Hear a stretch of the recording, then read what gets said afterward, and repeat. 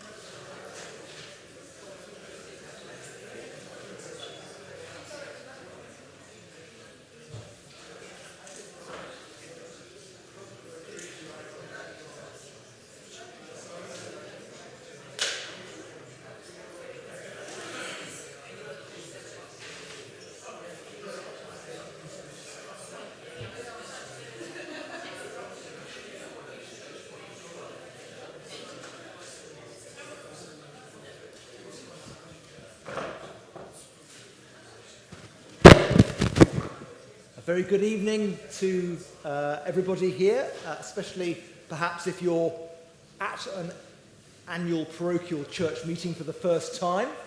It's an ancient part of church governance, so you're participating in one of the older forms of sort of quasi-democracy. We don't really have an awful lot of voting and things tonight, but in theory, if we get to any points where there is voting, you're supposed to be a member of the electoral roll, but don't worry too much if you're not. But if you're not a member of the electoral roll, do please join up, because it would be good to have you as part of that. As many of you will know, this is a two-part meeting. There's a short but important first meeting, which is the annual meeting of parishioners to elect church wardens. That is technically a meeting which, contradicting what I've just said actually, for that meeting, anybody who lives in the parish is entitled to vote at that. So someone, if they live in Church Road, or they live in Glebe Road, or wherever it is, and they wander into the church now, they are entitled to vote in the annual parochial meeting, not in the second meeting. Anyway, isn't that lovely? But before we come to that, I'm just going to open in prayer. Today, we remember St. George, who, as you will know, is the patron saint of England, a martyr, a historical figure, but also one in which there is quite a lot of myth and fable wrapped up as well, including dragons. But a historical figure, particularly cherished by the church, the Palestinian church. So something that Richard Sewell, in his new context, will be very much aware of. So we now pray at the start of our meeting. God of hosts, who so kindled the flame of love in the heart of your servant George, that he bore witness to the risen Lord by his life and by his death, give us the same faith and power of love, that we who rejoice in his triumphs may come to share with him the fullness of the resurrection, through Jesus Christ our Lord. Amen. So we come to the start of the annual meeting of parishioners for electing two church wardens. Before we come to the election, we have two church wardens who are stepping down from their role. And I'm going to come to Fuki first of all, because Fuki has been church warden for 6 years, that is right, isn't it? 6 years. And so I haven't known another, I've known Fuki throughout my time as incumbent. And Fuki has been an extraordinary, I should stand up, shouldn't I, think, for this? I should stand up.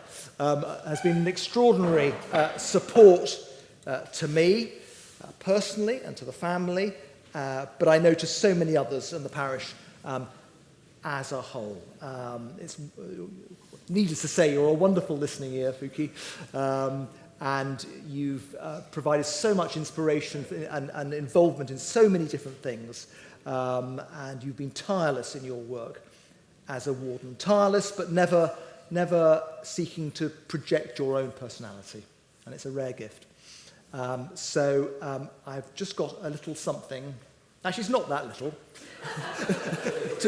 I think I might need some help, yes. So hang on a second. Yeah, don't do my shoulder in again. Are you going to take that one there? Right. Good.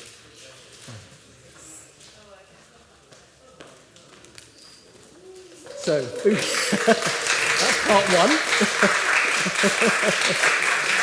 And this is part two.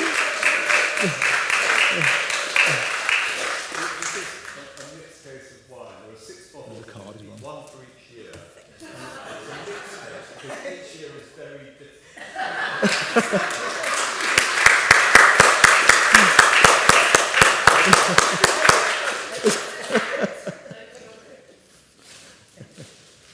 As some of you will know, I've just recently done my shoulder in, and I was about to pick that up and do it in again. So thank you, Paul, for stepping in there. But also stepping down is Paul. Paul kindly stepped in last year to be church warden, but quite rightly, very clear understanding that it's for this year, this past year alone. So it's sorry, I can't decide whether to sit or stand here. That's my problem. What a combination to have! Wow. Yeah. Yes, I think they've enjoyed it most of the time, and it's been a great privilege to have Paul's wise counsel and advice, and enthusiasm and experience in throughout this year. So it's much smaller, Paul, I'm afraid. But there's a little something in there.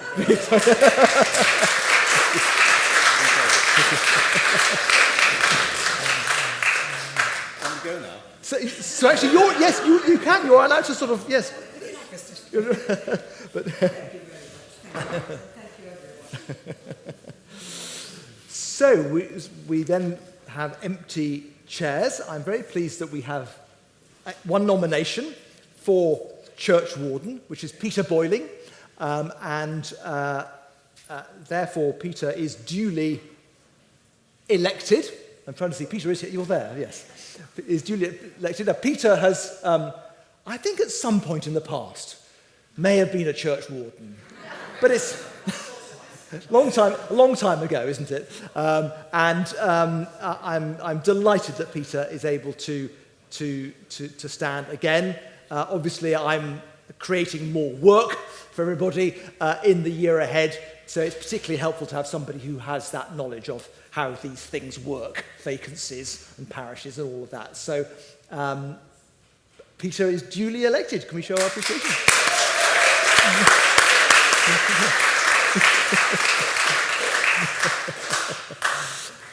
Now, you may be thinking, well, there's 2 chairs, and we've only got 1 person in one of the chairs.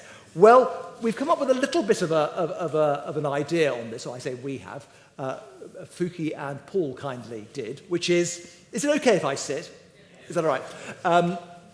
Which was that they will, given the circumstances that we have a vacancy coming up, apart from anything else, that they are willing to be assistant wardens. Now, there isn't a technical legal role of assistant wardens. There isn't an election for them or anything like that, so that's why it's nothing on the agenda to that effect. But quite a lot of parishes have some kind of warden's team, recognising, like in all the other things that we're involved with, different organisations, church or otherwise, that just trying to place the responsibility on the shoulders of one person or even two people is often unreasonable, and what you need is a team approach. And so Paul and Fuki, with Peter's agreement, are happy to be assistant wardens, which means in practice that if there are things that would be helpful to have someone in a sort of church warden's role, but so we don't run Peter ragged, Fuki or Paul will be able to be in doing that role. And I hope that not only I'm sure that will work well in this coming year, but it actually sets an idea for the future that we, as a parish goes on having assistant wardens. It's a good role for just to spread that load, because often we ask for a church warden to be at something, and it's not in the rules of what a church warden does. It's just we think, oh, it's good to have somebody representative of the parish. And an assistant warden is able to do that. It also perhaps provides an opportunity in the future for somebody to have a little more of a look at what the church warden's role is without having to commit first to being a church warden. So we have a bit of a triumvirate team for the year ahead. So perhaps we can show our appreciation once again to Fuki and Paul for taking over the home.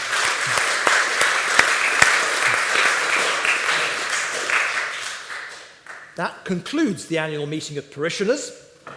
So we come to the annual parochial church meeting. I know that, Helen, you've received a number of apologies. Are there any other apologies that have not been advised already? Anybody want to record any? Okay.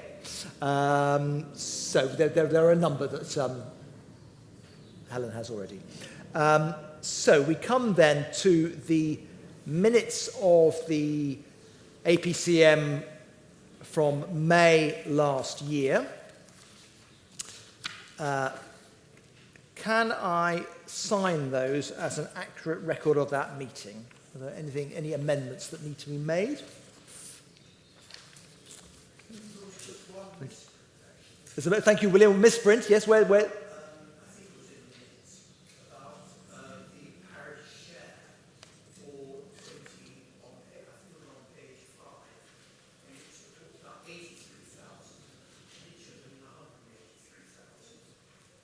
Well spotted. Right, we will amend that. So we will put the correct figure for the parish share into the minutes for last year. Okay, so everybody approve those minutes? Good. Thank you. So we then come to the elections to the PCC. So for this parish, we are able to elect up to 5 people each year for a 3-year term. Now, as well as this current year, we also have some vacancies for the previous years. So we have, in fact, 3 vacancies as well with a 2-year term of office, if that makes sense. So I'm pleased to say we've got a number of nominations. We've got 5 nominations to fill the 3-year vacancies, and we've also got another nomination to fill one of the 2-year vacancies. So, where's the list of names? That's what I need. Oh! I can remember who the names, but I can't remember. I haven't got the list of all the nominees and seconders, so I better for good order, we better have that. But I'm very pleased that we've got a good number of people joining the PCC. All right, well, I'll try not to steer myself. So, the list is as follows. William Heller, who's proposed by Peter Boyling and seconded by Francis Summers. There's Philip Smith, proposed by Fuki Heller and seconded by Paul Teverson. Richard Chalker, proposed by Fuki Heller and seconded by Helen Bladen. Caroline Georgiadis, proposed by Phil Bladen and seconded by Peter Boyling. and Catherine Rowe, proposed by Peter Boyling and seconded by Geoffrey Barnett. Excuse me. Those are the 3-year vacancies. And then also Mark Glasgow, proposed by Helen Gibbs and seconded by Fuki Heller for the 2-year vacancy. If you're here, any of those are forenamed, would you just like to stand up for a second so we can see you? Isn't that marvellous? There we are. So these are the fine upstanding people. Caroline can't be here this evening, but that's 1, 2, 3, 4, 5. Yes, that would be, so that's 6 new people. So we have enough places for you all, so you are all duly elected. Congratulations.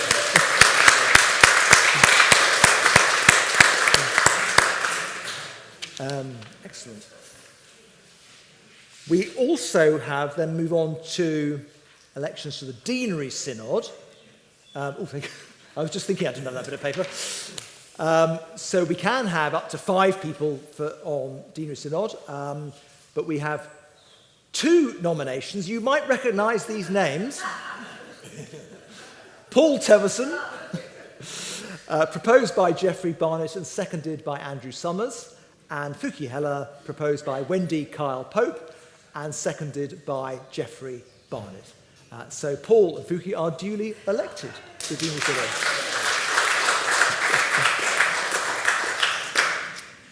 Excellent. So we come to item 5, report on the proceedings of the PCC. There's a little report on that in the annual report, which Helen has put together there. Is there anything you'd like to say, Helen? I know you don't want to say anything, but I thought I'd give you a chance. Has anybody got a PCC-specific question they'd like to ask? Okay, well, we'll then receive that report. So we can then come to report on the electoral roll. Now, Rachel, do you want to say anything about the electoral roll? Can I give you the microphone? Because we are streaming the meeting, so it means that we pick up everybody's voices if we do that. Hi. We've been helped in recent years with everybody being able to sign up online through Google Sheets. So this year in 2024, we are 295 people. In 2023, we were 289, so it shows that it's a bit easier. And the prior year, we were 277. So, and next year, there will be a full revision, and that can be done online. And the wonderful Trish Hawkins is going to look after that, and I know she's around here somewhere. Well, thank you very much, Rachel. Yes, I've got my own one, haven't I? Rachel is standing down from the role of electoral roll officer, so thank you, Rachel, for all that you've done in that particular role. And as you were just saying, Tricia Hawkins is taking on the role of electoral roll officer. So thank you very much.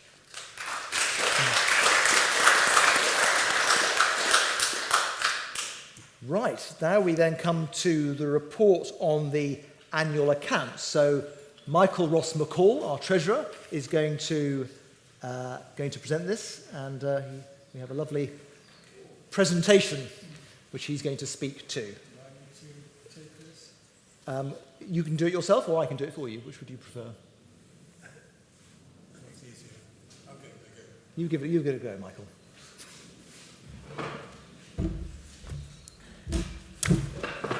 Is this mic working? Yes, I think it is. Okay, good evening everyone, and welcome to the exciting world of church accounts. You've already had 2 reports from me with my fingerprints on it. One is in the parish report, which concluded with thanks to various people. I omitted to thank Richard Duparc for being the banking officer for the first 5 months of the year. I gave all the credit to Patrick, which of course was very unfair. The more detailed report, which was emailed to everyone with the agenda, is this. This is the report and accounts for the church, which is quite a complicated document. And some of you might have had the courage to actually open it and even had even more courage to try and read and understand it. It comprises 20 pages, and those 20 pages reflect the FRS 102, which is the financial reporting standard for charities. So every table, every page, every line is required by that FRS. And on top of that, the information in it has to be reported to the Charities Commission and also to the diocese in accordance with the Charities Act 2011. So even I find gaining the key trends and financial information of the church from that detailed report and accounts difficult. So what I've done tonight is to present a third report to you, which I hope will help to clarify the state of our finances. And there are 10 slides, which I'll run through as quickly as I can. Can I suggest that any questions you have are kept to the end? And I'll ask Cheryl to include this presentation in the weekly news at the weekend so that people can look at it in more detail then, and anyone can feel free to email questions or comments to the church office, and I'll deal with them then. So let's see if this works. So, good. So this slide just states that the responsibility for approving the report and accounts is the PCC, and they duly approved it on the 10th of May. And in addition to that, it is audited, or we call it an independent examination, by a firm called Stewardship, who have a large office in the city and who specialize in church accounts. I even found out that all their staff have to be practicing Christians in order to be employed there, so we can feel fairly confident that it's being done by properly qualified and spiritual people. So secondly, the responsibility of us here today is to discuss and receive. So I hope there won't be too much discussion on it, but by listening to me, you are deemed to be receiving it. This slide summarizes the income and expenses for the church for 2023, our last financial year, with a comparison with 2022. What it shows is that before you deduct the ministry parish share and charitable giving, the church itself netted 98,000 last year. Kitson Hall netted 44,000, and the Friends, after deducting their charitable donations, provided a very welcome 29,000 to the church. So, if you like, the total from the operating activities before parish giving and charitable giving was 172,000. The ministry parish share of 187 is then deducted. Charitable giving under the Faith and Action scheme, if you like, is 14,000. We had unrealized valuation gains on the investments of 59,000 last year, giving a net surplus of 30,000. And that compared with a deficit of 78,000 the year before, which, as you can see there, was largely due to investment unrealized losses of 84, directly related to the drop in stock market values following the Russian invasion of Ukraine. The next slide gives a slightly more detailed picture of the income and expenses. The net from operating activities, which is taking the cash receipts, if you like, less the cash payments, in broad terms, was negative 29,000. So the church last year basically was operating in deficit. In the previous year, it made a small surplus of 6. And it's only through the unrealized gains on the investment portfolio, which from accounting terms go through the income statement, we came up with this 30,000 surplus. And this shows the comparison of, a key figure is offerings and donations. That's one of the key income components of the church itself. And I'm pleased to show there that that increased from to 11,000 in 2022 to 6,000 last year. Going on to the summary income and expenses for the 5-year period, it's much more meaningful to look at a trend. So a period of 5 years gives a clearer picture. And you can see there that the operating surplus deficit fluctuates a lot year by year. The negative figure was 29,000 in 2023. It's a difficult thing to budget. We actually budgeted a deficit of 66,000, so you can see how easy it is to move away significantly from the budget. It sort of depends on particularly the level of Friends activities. They have increased since the lockdown years of 20 and 21 back to even more than what they were before that. And Kitson Hall in particular had a very good year last year. So over that shows the 5-year period. 2021, the surplus was ginormous because of the gain of roughly 600,000 on the sale of the curate's house in Boiler Road. Charitable giving, 5-year comparison shows, in my opinion, that we're a generous church. If you see the Faith in Action and Friends events, total of 32,000 last year against 40,000 the year before.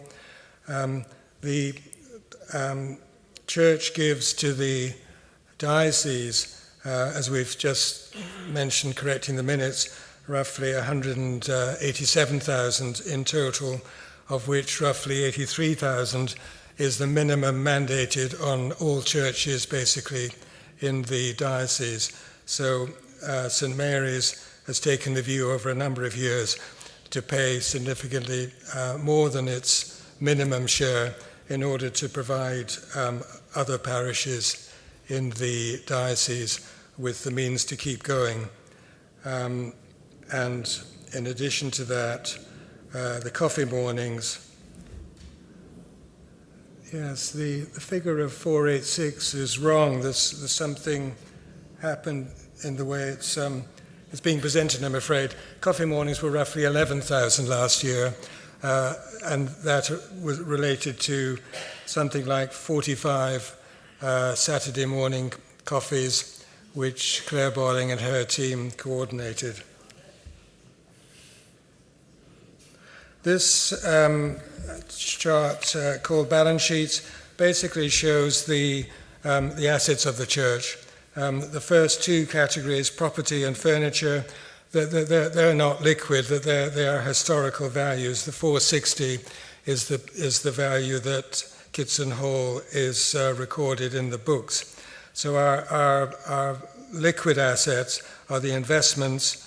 In the case of 31 December 23, the first column, 722,000, and our liquid assets, which we use to run the church on a day-by-day basis, cash, bank, and deposit accounts. And you can see there that the church has an abundance of assets, but we've decided as a PCC to ring-fence the proceeds from the Boiler Road sale as an endowment fund, which presently is used to provide income to support the associate priest, so that the cash, bank and current account of 125 is the operating figure.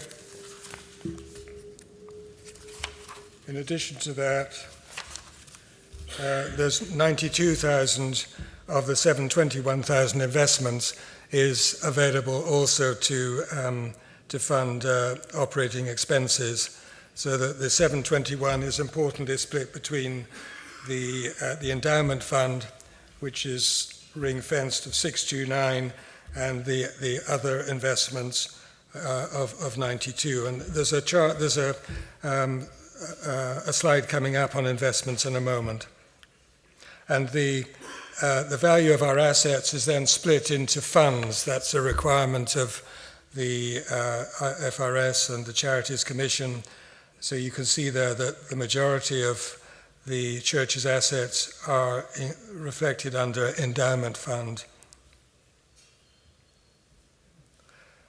Liquid assets and cash flows are always important to the church. Hello, Judy.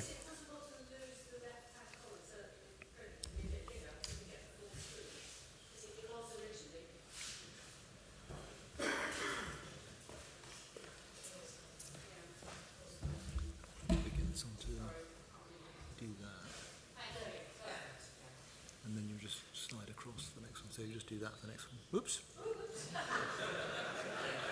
So it's a sliding rather than tapping. You just slide across. Oh, okay. So this chart is shows the liquid assets being cash, bank, and deposit accounts, and showing that the change in 2023 was a reduction in liquid assets of 104,000, and the reason for that reduction is shown below, so that there was the reported surplus less the unrealized non-cash gains of 57. St Mary's spent 62,000 on equipment, including 52,000 on the AV system that you're looking at now, and also other assets which under our accounting policy we capitalize, including the costs of materials and labor on redoing the chairs. So there was 104,000 reduction after an increase in liquid assets in 2022 of 35. So over the 5-year period, liquid assets have gone down 60,000. So although we have an abundance of assets in total, they are at the moment going down. And if that continues forever, we'll run out of money. So we need to be aware that although we have plenty of assets, we're running in deficit, and we do rely on the traditional income sources, appeals, offerings, donations, the Friends, and the Kitson Hall to keep an overall balance. This shows the budget for 2024. So again, we had a bottom line deficit in 2022 of 78,000. There was a surplus last year of 30,000. For 2024, the PCC have agreed a deficit of 22,000, and the way it's calculated is shown there. We've decided to peg the parish share at the same level as 2023, being 187,272, and also the Faith in Action giving is pegged at the same level as 2023 as well, 13,770. The cash deficit is much less than the 22,000 deficit. It's at 3,000. So fundamentally, in cash terms, the church next year is budgeting a break-even situation, but because of depreciation expense, particularly on this system, it's the bottom line from an accounting budgetary point of view is minus 22. And the effect of such a budget is that the liquid assets, the cash bank and bank deposit accounts will reduce from 125,000 to 72,000, a reduction of 53,000, and that's because the PCC is suggesting that capital expenditure in 2024 could be as high as £50,000, and the note, which you can probably read there, includes toilets of 20,000, Simonson Memorial Plaque 6, and a hall 20,000, mainly works to the costume store to reduce fire risk. So that isn't reflected in the income statement, but it is reflected in terms of cash going out the door. So liquid assets would further reduce then in 2024. Investments, this shows the changes in the value of the investment portfolio. We started 2020 with 70,000, and that was part of the church's liquid assets. Instead of leaving money on bank deposit, the PCC decided to place some money in a fund managed by the CCLA, which is investment management company focusing on the charitable sector. And in 2021, to that investment was added the total net proceeds of the sale of Border Road Curate's house. And in 2022, part of that investment was sold in order to invest in 3 separate funds. So at the moment, the church's investments are invested in 4 funds, 3 of which are managed by CCLA, and 1 is managed by BNY Mellon. And each of these 4 funds themselves are invested in a large number of equities, stocks and shares, and also bonds to further diversify the risk and maximize the potential returns.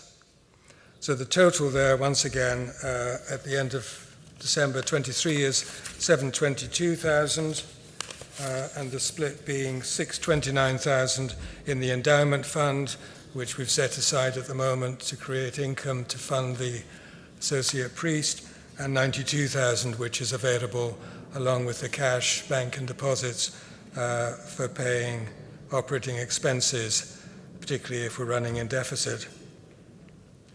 Dividend income is shown at the bottom, which again is used to help pay for James Marston. The last slide is not directly related to money, but it's quite an interesting statistic, I think. This is church attendances. In the vestry, there's a register of services where the clergy kindly note down after each service how many people attended, split between over 16s and under 16s. And I summarize it all on a big Excel spreadsheet, being an accountant. This is the summary of those figures. So for 2023, it shows that 9,203 people attended services in the church, which was a 2.9% increase on the previous year when 8,946 people attended. And it shows for the, if you like, the flagship 10 a.m. Sunday service in 2022, an average of 100 attended. In 2023, it had dropped back slightly to 96. And the second part of this slide shows the attendances at the major services during the year, as shown. And if you add up the total, so you've got, 7 major services. If you add them up, the average per service in 2023 is 247 attending, and in 2022 it was 241 attending. So what that shows me is that attendances are stable, and rising slightly. This doesn't take into account people watching the streamings from the comfort of their own homes. I don't have those numbers, and I'm just looking at bums on seats, to put it crudely.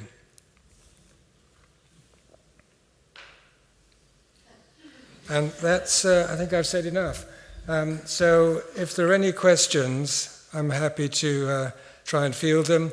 Otherwise, as I've said, feel free to email Cheryl in the office. She can probably answer them. But if she can't, then she'll refer them to me and I will. But I hope this has helped to put some sense into numbers which otherwise in the report and accounts can be quite confusing. The report and accounts, for your information, is the document which will be put on the Charity Commission website address for the church next week once we've done the annual return. So anyone in the world can access it and see all our figures, but good luck to them to make much sense of it. Are there any questions for Michael that anyone would like to ask now? Otherwise, oh yes, Claire. Yes.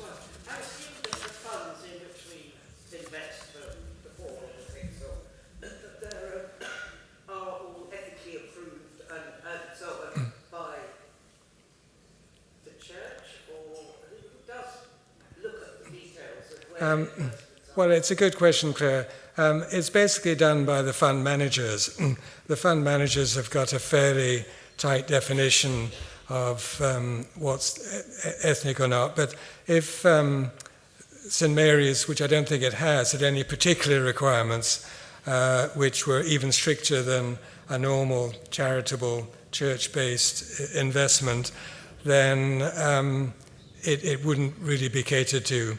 I think in order to get the diversity of risk and the opportunity of making a decent return, which the church needs, you have to be slightly broadly thinking about this. And if you narrow it down too much, you'll end up with a very lopsided portfolio, which may in fact be riskier and provide less returns. But I can assure you that the normal things like tobacco, alcohol, prostitution, and so on are almost certainly excluded from what we are indirectly invested in.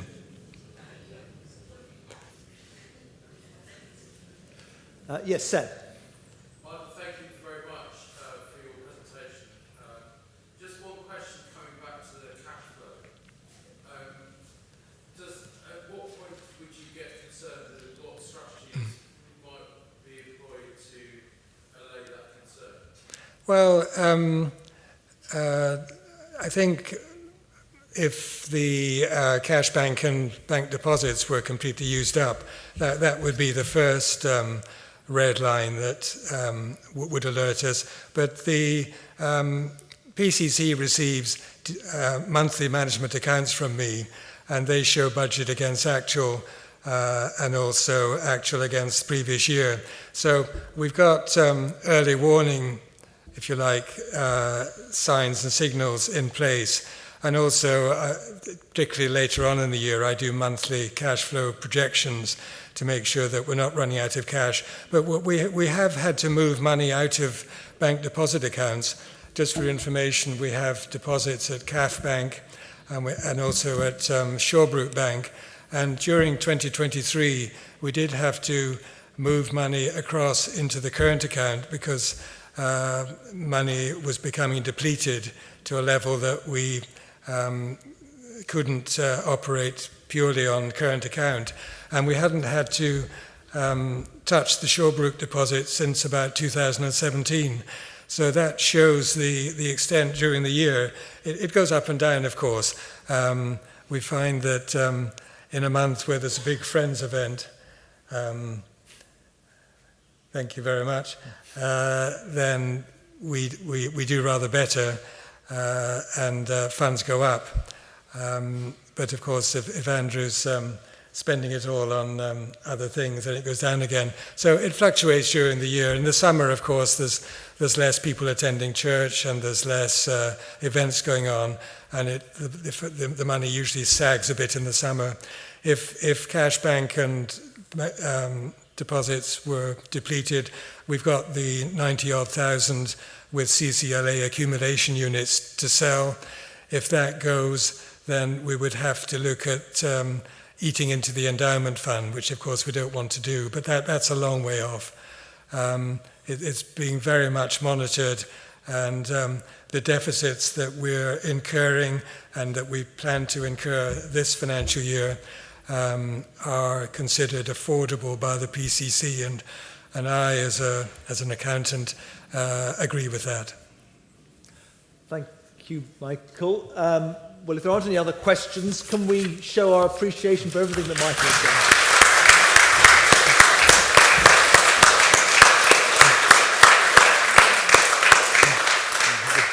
Thank you very much. So we'll get this back, see if we can get back to our agenda. There we go. So we come to, now Michael, actually this is sort of your item as well, item 8, the appointment of an independent examiner. Sorry, I'll get rid of the annoying thing. There we are. Appointment of an independent examiner for 2024. Can you just guide us through that? Yes, so for the last 2 financial years, we've employed a company called Stewardship, to which I referred earlier, and they have a large office just off Chiswell Street in the city, and they, in my opinion, have done an excellent job for the last 2 years, and they've met our deadline on both occasions. So I would propose that for the year ended 31 December 2024, that we again use Stewardship as our independent examiner.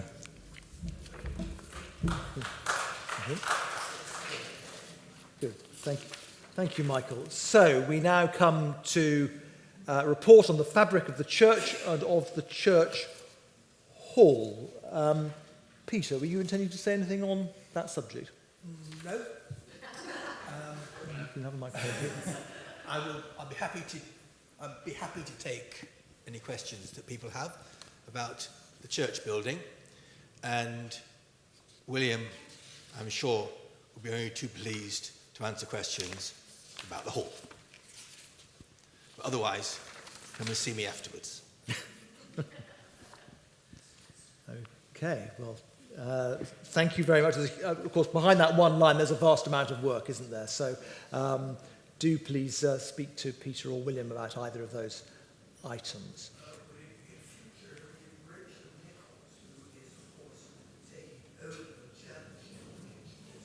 Indeed. So actually, thank you. That also provides a very good opportunity to thank William for everything that he has done as chair of the Kitson Hall Committee over a number of years. 9 years. That was said with some feeling. And has done, William's done a marvellous and dedicated job in doing that.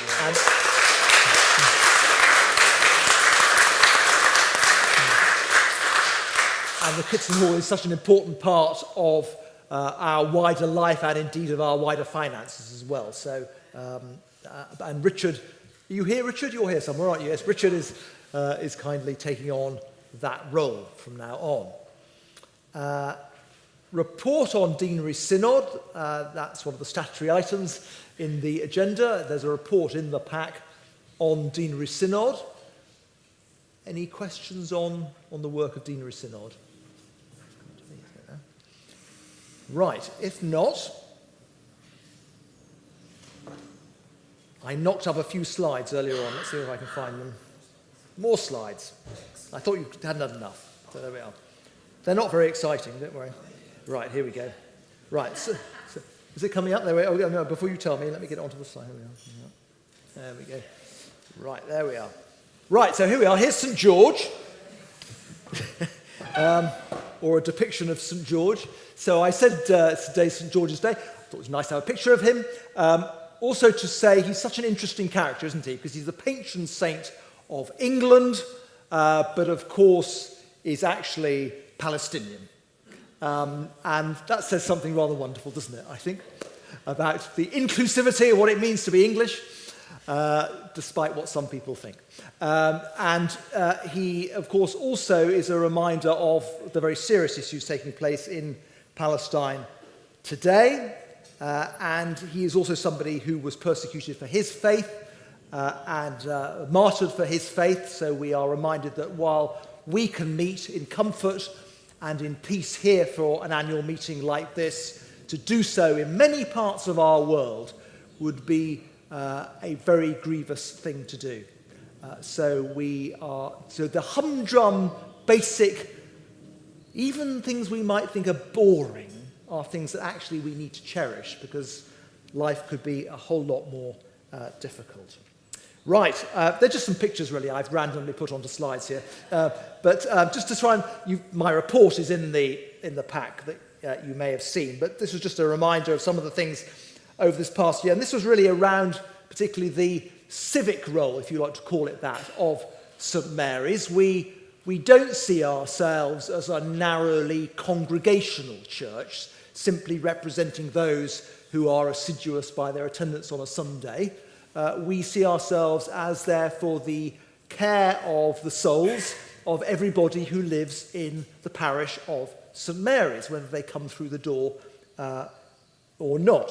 And so things like when there was the death of the late Queen and the coronation of the new King are important occasions for us to mark, and ones where St Mary's can play that role in representing the community, and I think has done that very well. Of course, it is a time of tremendous challenge, and there's an image there from the terrible war in Ukraine.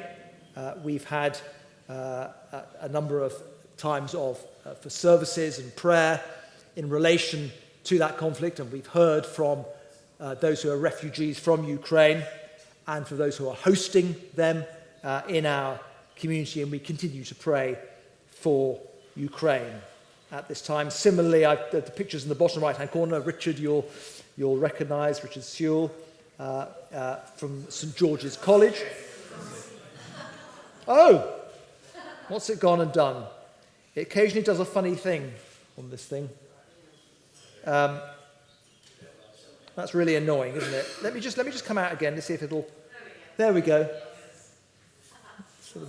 No, it doesn't like it like that, does it? Okay. All right. We'll have one go. Otherwise, we'll go into. Okay. Let's go. I might just keep it with the annoying slides down the right-hand side there, because it's just a picture of Richard there. That's from the Princess Basma Centre, the bottom right-hand corner, reminding us of Julianne's work there, which was so generously supported by the parish at Christmas time. And, of course, I've just put that image of the cost of living crisis in there to remind us, if we needed reminder, of the challenging times that we're living through. And I think also, too, it's easy for us to kind of look at all of the good things and the surface well-being of Barnes often and forget how much struggle there is going on within the parish. And so, again, that's just a reminder of that, what's been going on there. I think a hallmark of our life as a parish and as a church is the engagement with our local community and the support that's given to the different charities that we support. So I've just put up the images of those different key charities. We support lots of other charities through, for example, the Saturday mornings in the Melville Room. I don't know how many other charities, but it's a lot of other charities, isn't it? 45 different charities through the year. So these are just the major ones that we support both financially and through our prayer and through volunteer engagement. And of course, the key sources of support for those are on the top of that slide there: the work of the Friends of St Mary's, the work of Kitson Hall in the right-hand corner there, the Saturday coffee mornings, and also the support of the other fundraising work that the church does. Notably there's a picture from the annual bike sale that takes place. So it's an extraordinary community effort that takes place here. Alongside that is our participation in the Diocese of Southwark. I've just got a picture there from the parish of William Temple in Abbey Wood. You may remember that Reverend Ruth Turner came to speak here in the autumn last year. These are some members of her congregation. It's just one illustration. We could have about 500 different pictures of the 500 different parishes who are members of the Diocese of Southwark. There's a map there which doesn't really tell you anything except it shows that the diocese goes all the way down almost as far as Gatwick.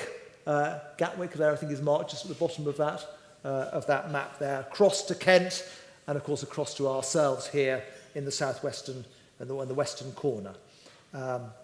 Bishop Christopher, as you all know there, who has been is our long-standing diocesan bishop and who has been particularly pastoral and skillful in the way that he has led this diocese.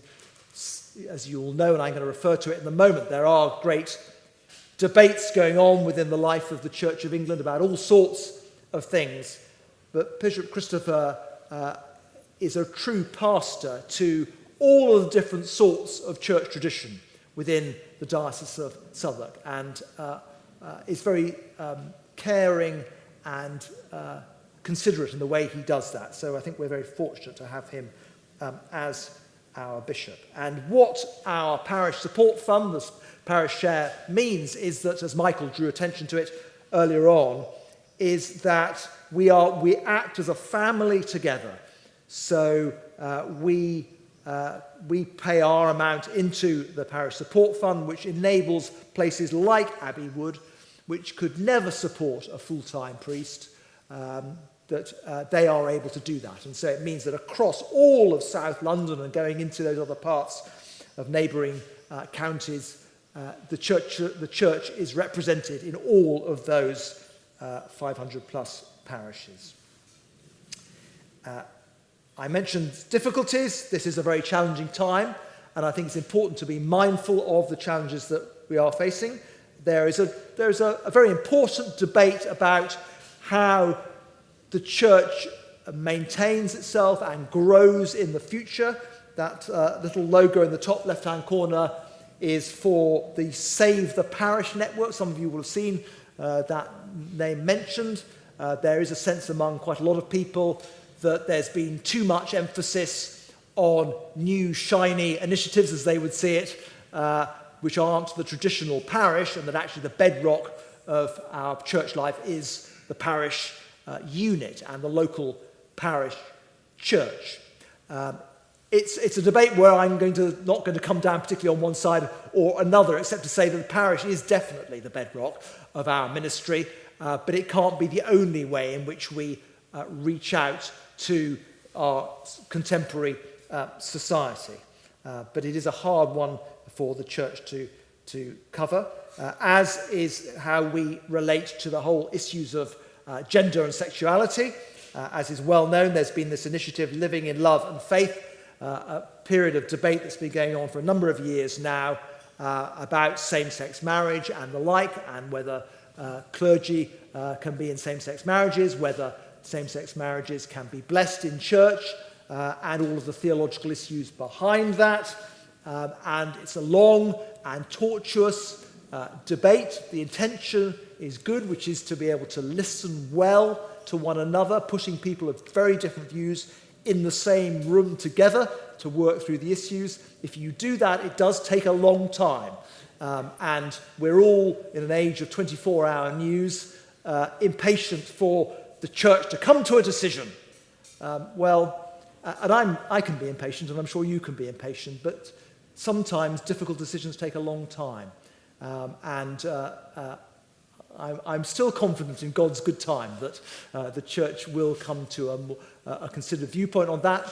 We might look back to when the great controversy was whether people who were divorced could remarry in church, and in the end the church came to a view on that was permissible, but it was up to the priests concerned and the church concerned whether they were happy to conduct those weddings or not.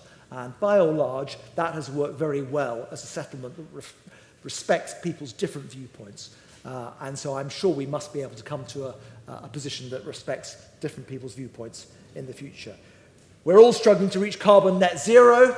It's a great challenge that we face as the church, that I know Richard particularly is getting to grips with at Kitson Hall for us in terms of how we reach targets for carbon net zero. The Church of England boldly said it was going to reach carbon net zero by 2030. You can come to ambitious targets in impassioned public debate, and sometimes when you reflect in your leisure, you think, maybe that's not quite so easy. I think we're at that stage at the moment, as indeed is the rest of society, frankly. But the aspiration remains there, and that's going to be a continuing feature for us at parish level, as it will be for the church nationally. I've also put the picture there from one of the images from Queen Anne's bounty, the money that the church had back in the 17th and 18th century that was invested in slave-owning estates, and has led to the debate nowadays about whether the church should be making recompense for that. Again, an incredibly important debate. There's been some very wild headlines and inaccurate headlines about what the church commissioners are putting money into that. I'm not going to go into the detail of that now. It's not quite as lurid as it sounds in the press. But again, it's an important debate, and there are debates which some of us can feel are a distraction from parish ministry, but they can be things that provide an absolute barrier to people in our parish hearing the good news of the gospel. Because if they see that the church takes a position on certain issues and does not respond, then everything else we say is blanked out. It's a really hard one for us to deal with, but it's one of the great challenges that we, as the Church of England, face. If you're a more specifically congregational church, you can focus your mission on a tighter group of people, and it's much easier to have a very coherent and unified position. The Church of England chooses to take the difficult path of seeking to represent everybody in its parish. And long may that continue, but it leads to all of the difficulties that we so often face as the Church of England.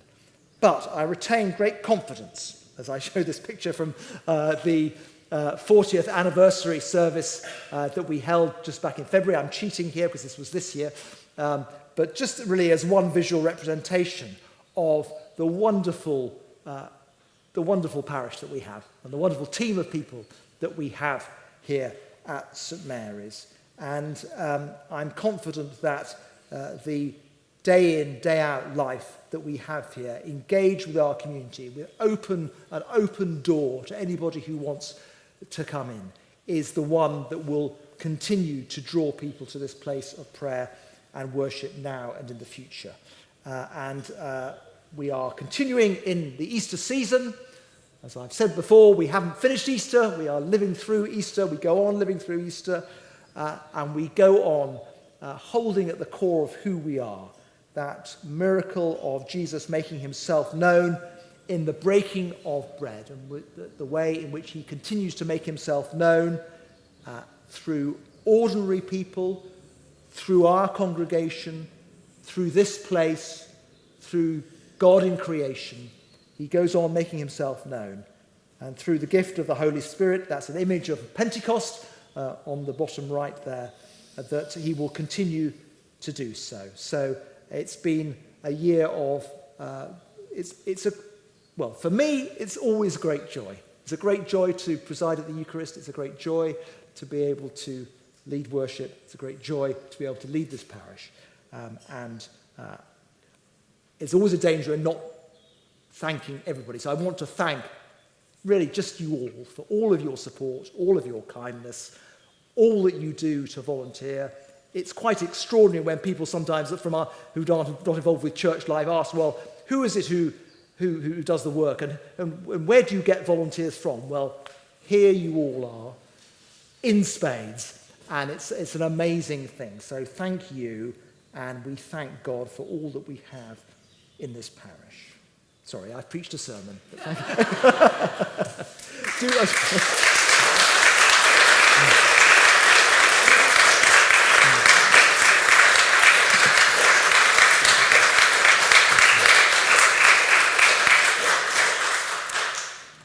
There's an opportunity to ask questions. We do have any other business item, but why don't I invite any questions now to do that together? Fuki, do you want the? I was going to say, on behalf of Paul and I as wardens, and on behalf of all the congregation, to really thank you, James, for everything you have done for St. Mary's and for how you've led us. We've increased in numbers, our spiritual growth has gone from strength to strength, and I'm sure everyone has more words to say than I can humbly, but thank you for everything you've done for us.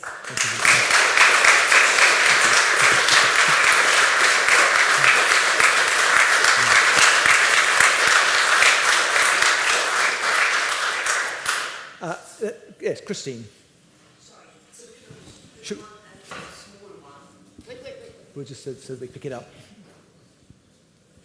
Sorry, it's just a small one, but could someone please lower the candle in the Langton Chapel for us? We are just small, and it's an accident to happen because the wax, etc., drips down, and sometimes I have stopped putting the candle up there. I'm always asking James, for example, to put it up because I'm simply too small. Well, that's an issue we can refer to the fabric committee to address. I think Roger. I know Roger has got a couple of things he wanted to ask. Yes. Yeah. Don't drop it. Thank you. Can you hear me? Yes. I wanted to raise 2 points. The first is a liturgical point, and I'm not sure that A, this is the right place to raise it, and B, before the interregnum, whether it's very particularly useful to raise it now. But basically, I have been wondering for some time whether Barnes might promote a new translation of the Lord's Prayer. I think the words of prayers are important, and the Lord's Prayer could do with a dose of plain English. I'm emboldened to that by Professor Chapman, who of late and happy memory, who had some comments about the translation we use, and the Pope. The present Pope has proposed an alteration in the Lord's Prayer, which is a very good one. And I think we could do better. And we could have a Barnes version of the Lord's Prayer which was much more accessible than the present version. But I say it because I don't know whether the PCC would take that on board. I can do a paper on what I think about it, but perhaps I'll leave it till perhaps a new incumbent is here and we could discuss it then. The second point is quite different. I asked Richard Harris if he had thought about publishing his sermons, and he told me that publishers don't like publishing sermons because there is no market in them.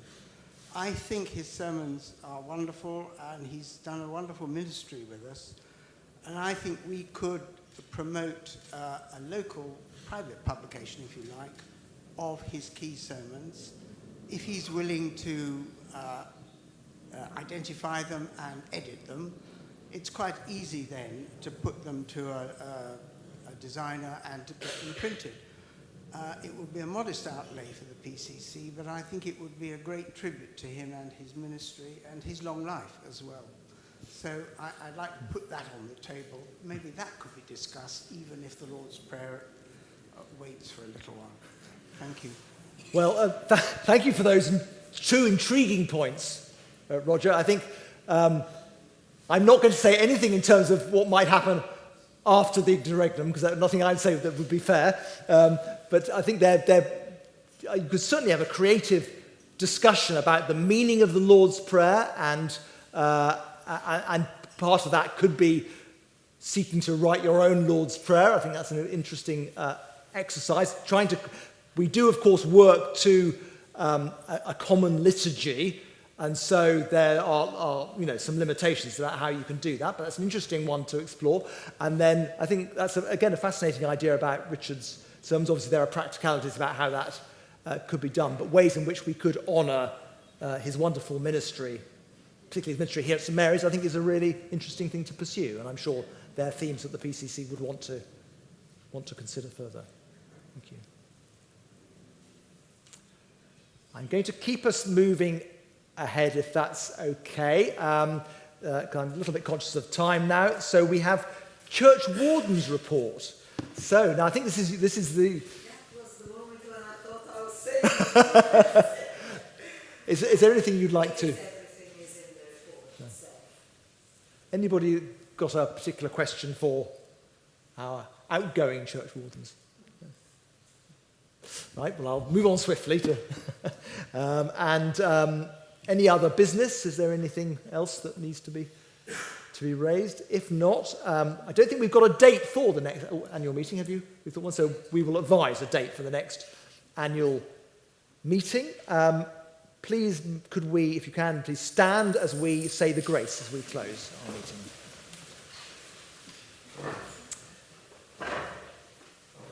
May the grace of our Lord Jesus Christ and the love of God and the fellowship of the Holy Spirit be with us now and always. Amen. Amen. Thank you all very much for attending. Lovely to have such a good attendance here tonight, and thank you also for those who provided the refreshments earlier on as well. Thank you.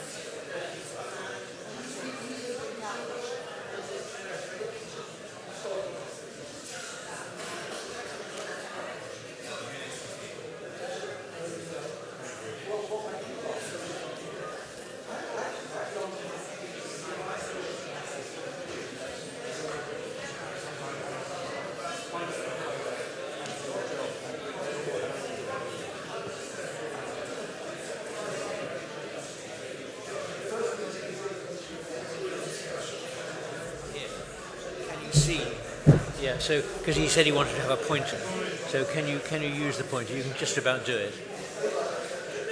Yes, but for pointer, you want to be able to. Do you see what I mean? Yeah, yes, he has. Yeah. But no, I thought we had, but I remember what it was that.